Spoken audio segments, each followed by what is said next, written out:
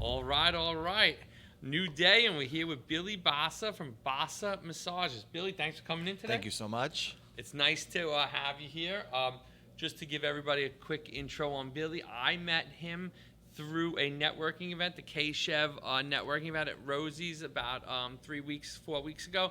And we were chatting. I helped him get his business cards and some gift certificates. And he told me, oh, I'm listening to your podcast right now. So he wanted to be on the podcast. And I thought it was good because I think a lot of people don't have a really great sense of massage. And while we're talking about that today, I want to hear about your kind of entry in, where massage has been, where massage is going, kind of how you see it, and kind of the grit behind it, because you're dealing with some competitors. You're dealing with some big boys out there. Absolutely. You're dealing with some heavy chains that have a lot of money to throw behind. So from a grip perspective, you have to do things a little bit differently to, get people to come in your door. Yeah, absolutely. You don't have the money to throw it hundreds of thousands of dollars, millions of dollars in advertising and things like that. I hope one day you do have that, and I hope I'm your guy at that point. I would love that. So, but at the same time, let's start to kind of break into how long you've been in the game. I've been doing this for about 2 years. Okay. I had recently, and within the last, I would say about 6 to 8 months, branched out into my own business doing Bossa massages. But I've been a massage therapist for about 2 years. So let's start with the 2 years to the 8 months ago. What made you decide you wanted to go on your own? So I have seen the way that some of these chains handle their clients. From being a massage lover myself before I became a massage therapist, I never felt like I would go into these chains and feel like I was individualized.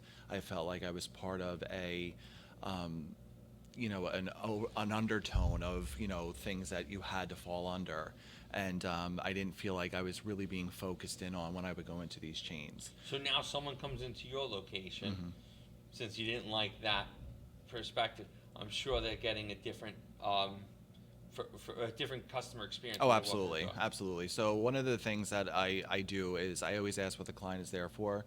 I'll ask that even before, just to kind of make sure that I'm the right therapist for them. I never want to take on any kind of client that I feel like I can't help, because not only is it a waste on their time, their money, but I want to make sure I point them in the right direction. Sure. I mean, that's great, because sometimes if you can't help, it's better to give them a referral than Oh, to take absolutely. on a job. I always say that in my world, and the same.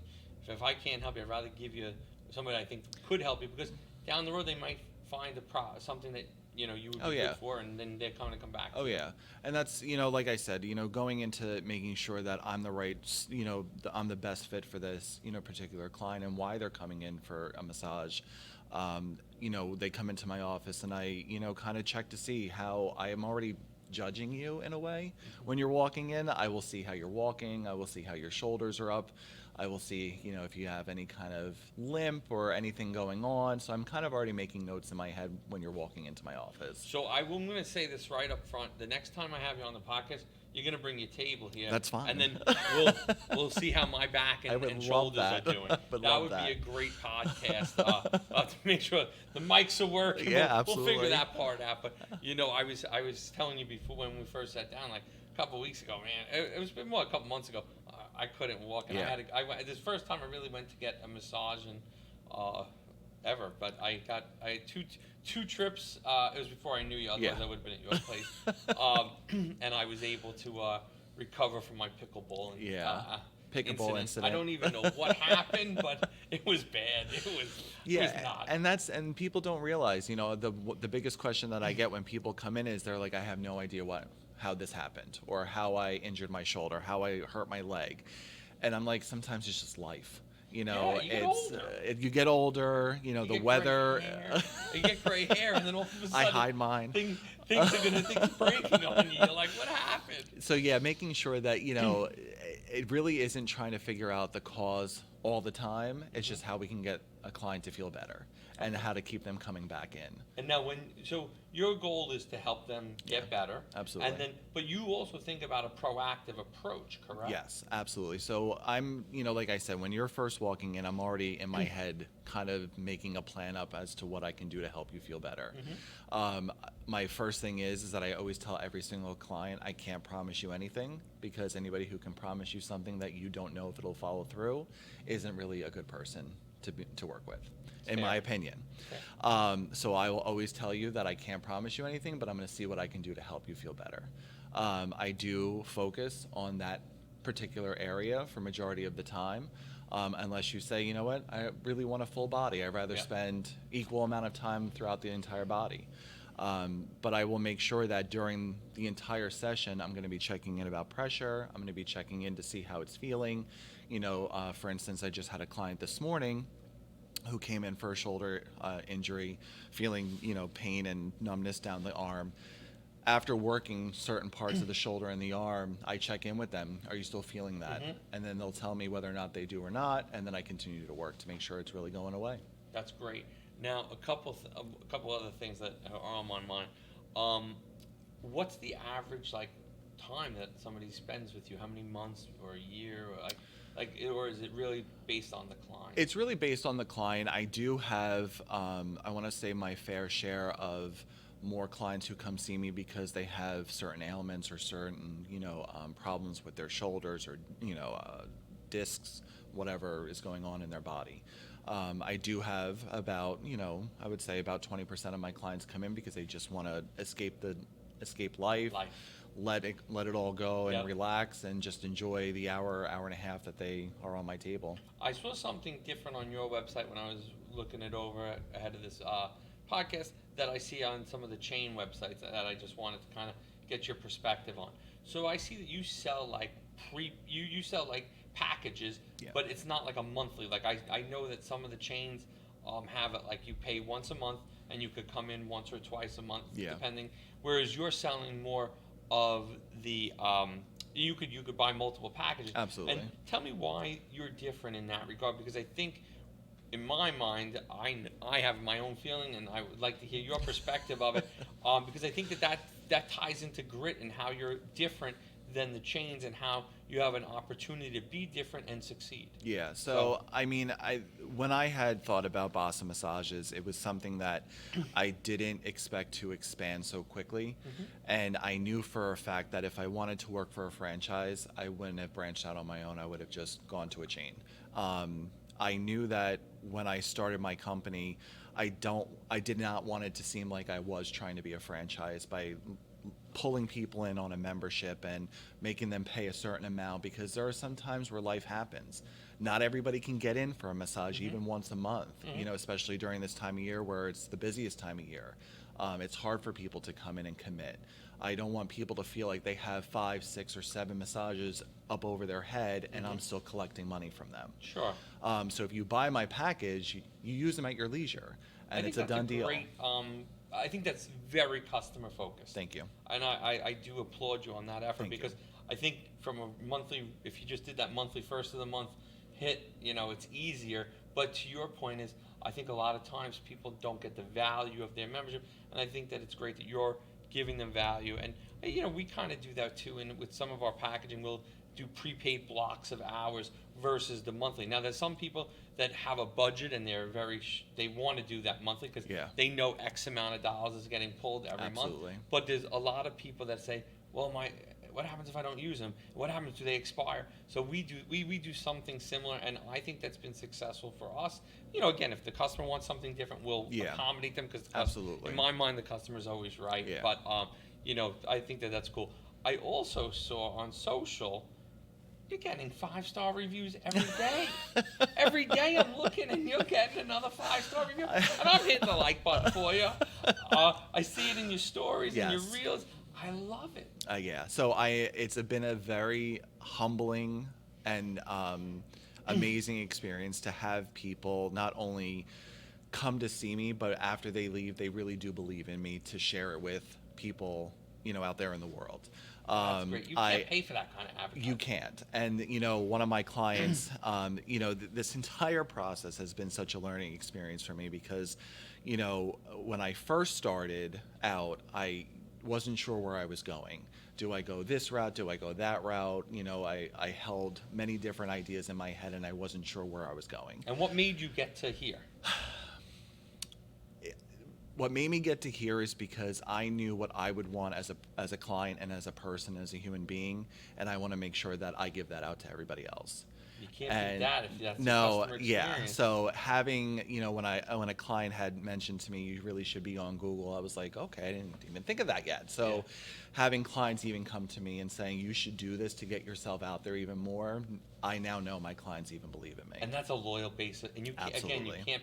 Those reviews I see, you can't pay for that kind of No, you advertising. can't. All you need is more viewership of those reviews. Exactly, But, absolutely. and again, Google Business is awesome for Yeah. that, because when people do massage near me or massage blah blah blah, Yeah. they start to see those reviews, and I'm a firm believer that people read those reviews. Oh, absolutely. I mean, when I look at, the reviews, when, I get a notification that another review popped up, I know people can see it, but I am so proud to share that, not only for the people who are maybe not so certain on whether or not to come see me, but as childish as it may sound, I look forward to my husband, my kids, my mom still, to sit there and say, wow, I'm so proud of what he's accomplishing. Yep. So having them see that, and other people in my family, So what do the kids think of you owning a business? they're more interested in what I can. This is gonna sound horrible. All the shopping we get to do. But it. They like the fact that I can make my own hours. That's great. And I'm able to do more stuff with them. I'm not working a 9 to 5. I'm not doing overtime anywhere. I'm able to spend more time with them. And you can go to some of their activities. And Yeah, at I the have it school and exactly. Extracurricular. And Yeah. sports and stuff like that, Yep. which is great. Yep, we just had our son's winter concert, so I was able to do that. Mhm. It's just the perks of being What does he able play? to. Oh no, it was is it? a chorus. A chorus, okay. Yeah, chorus. Okay, So they had cool. their chorus concert, and then yeah. So I mean, and they do. I mean, there was a stint where. When I was in the beginning of getting started, which was part of where I wasn't sure if I wanted to go this route, I was on an episode of The Real Housewives of New Jersey. Very brief. People came to me because they thought I was going to be popular from that. I'm like, no, it's not the route I want to go. So of course our daughter was very excited that I was on TV for a blip. But yeah, it's been Awesome. fun. So when's store 2 coming? Store 2 is coming. Really location. Yeah, It's not- location you're not a 2. store in Yeah, that so regard, but- location 2 is coming January 1st. It's going to be in the Fit Spot in East Brunswick, New Jersey, right on Route 18. Mhm. The owner, Mike, is amazing. Him and I, we're going to collab together, and I'm having a massage room that's going to be built on the premises, and I'll be able to offer massage therapeutic services to all the clients now at that gym. That's great. Yeah. And that's great because it's a prime target. Like, they're working out, Absolutely. and sometimes they need your service. And Yeah. those are people that are into fitness, so that they don't want to be down. No, and that's and after the owner and I spoke, it really is making sure that we're getting that recovery time in for those people who are working out. People say they can offer deep tissue. Do people really understand what deep tissue is? You should be asking your clients. But Are you going to give us a quick? I'll give you a rundown. Just give us a run. I'm sure that you want to give us a little history here today. Yeah. So I mean, but before that, really making sure that I'm in the front of people, that need the work, and having somebody who really understands the work that's involved, with it. So. And now in the gym, is that going to be your thought for future locations, or how does that work? Or is that, are you going to try this out? We're going to try this out. I have a really good feeling about working with this owner and this gym in particular. I like the concept of this. It's a great concept, and it's it's been brought upon me before by two other locations. It just didn't work out with the owners, and yeah, I'm happy that I was able to find a spot. But like I Great. said, I have my location in Ford's where it's my own personal studio. So will remain for And how clients. do you find you're going to need to onboard employees with being in 2 spots? You can't be. Yeah, so I do have somebody coming on with me that will kind of share, the locations with me to kind of flip, back and forth. Hopefully, I'm still working at the logistics of that. That starts to drive a whole nother level into the business now, Yeah. because how you might do it, now you have to train somebody. The good thing is that the person was a student at the school that I teach massage at, Okay. so I'm So I'm they're confident. they're coming in with good training and a head start, because Yeah, absolutely. last night was Wingman's Christmas party, and we were talking, and I said that my job is to be the coach now. Yeah. We have a team of 20 professionals that work at Wingman, and we were laughing because the customer shouldn't call me. They should be calling the team, and when the team has a question, they call Yeah. me, because I need to coach those guys. So as you continue to expand and you put the second location on, and you get busier and you Yeah. put more hours on the clock, you're going to definitely need to have Yeah. that part of the. And the thought process is to make sure that I never take what I continue to build and turn it into a chain. Yeah. And I always want to make sure that every single client that comes in has that personal experience. I want to make sure that every single client gets that attention that I feel so strongly about. Yep. And that's going to be something that I'm going to have to make sure that I don't fall into, because I don't want to become Yep. one of the chains that we currently have. Yeah, sure. But I think with the right team and the right training, absolutely. and the right protocols, you said you listened to the podcast, but Yeah. I've said this before. Like, I remember in the old days, I said I have to answer the phone. I can't, no one else could answer the phone, and now I look back 14 years later, I'm like, what was I crazy? Yeah. But at the same time, I was so passionate about making sure the customer was happy to that same level. Yeah, Like and you that's are. and my clients have definitely been afraid. Some Mhm. of them have said to me, are you going to get too busy for me? And I'm like, with the clients that I've established a working relationship with, I will never turn my back on them. Good. I will never be that person sitting up in a tower looking down on people working for me. Yep. I want to be in it with people, working sure. together, hand in hand. And I will. It's not a job to me. I love going to work with clients every single day. So I would never give that up. That's awesome. That's Yeah. great. You really have the true passion for I do. what you're doing. I do. And I think that having that passion makes it not a job. Yeah. I enjoy coming to work every day. It's not work. If you really, Absolutely. they always say if you love what you do, it's not going to work. And I would validate and agree with that. Yeah. It sounds like you do the same. Oh, absolutely, 100%. So give us a little education on the different types of massage, Okay. why people come to get a massage. We talked about, the fact that you're going to have a second location. We talked about Yeah. how you're better because you have, your prepay with versus the monthly memberships. So now give us kind of a quick rundown so that people could understand. So if they have some of these kind of pains, if they're local, they can give you a call. At the end, we'll give all your information. Yeah. But if they're not local, they can call someone in their area. Absolutely. So. Well, the good thing is, if they're not local, I'll start there. If they're not local, I still do travel to clients' homes. So I do bring a table, I bring the sheets, I bring everything that's needed for a massage. Like the next time we're going to do this. Absolutely. So Yeah. I do bring everything with me. So all the modalities of massage. Massage is one of those things where it keeps changing. Our bodies are always changing. Medicine is always changing. One of the things that I pride myself in is I never make sure that I give any kind of diagnosis, because that's out of my scope of practice. So I make sure that anytime I do treat clients, that it's within my scope. So you have sports massage, you have deep tissue massage, regular Swedish, which would be more of your relaxation that you would get at like a spa.